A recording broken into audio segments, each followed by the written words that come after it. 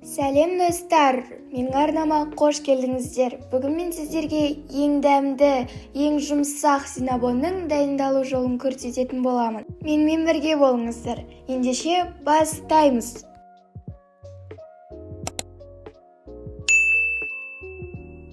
Ең алдымен біз ыдысымызға жылы сүтімізді құйып аламыз.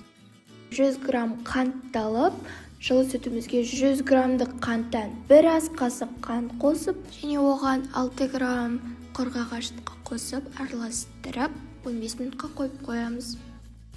Ал енді бөлек ыдысқа ұнымыздың шамамен жартысын қосып, оған қалған қантымызды қосамыз.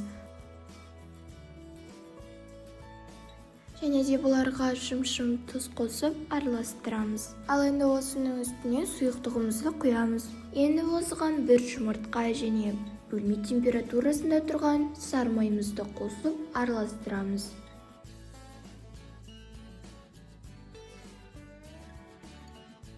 Араластырып болған соң қалған ұнымызды салып, қамыр илейміз. Қамыр илеу барысында қамырымыз өте жабысқақ болады, бірақ оған қарамастан біз оған артық ұн сеппеуіміз керек.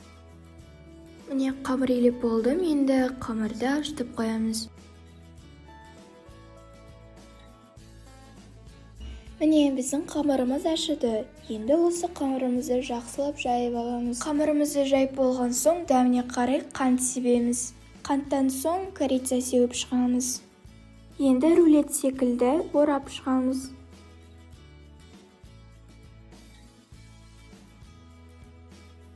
Орап болған соң бөліктерге бөліп шығамыз.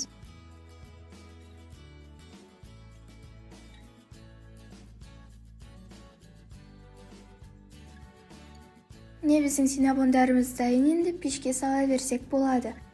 Арнама жазылып, лайк басып, комментарий жазуды ұмытпаңыздар. Назарларыңызға рахмет. Келесі кездескенше.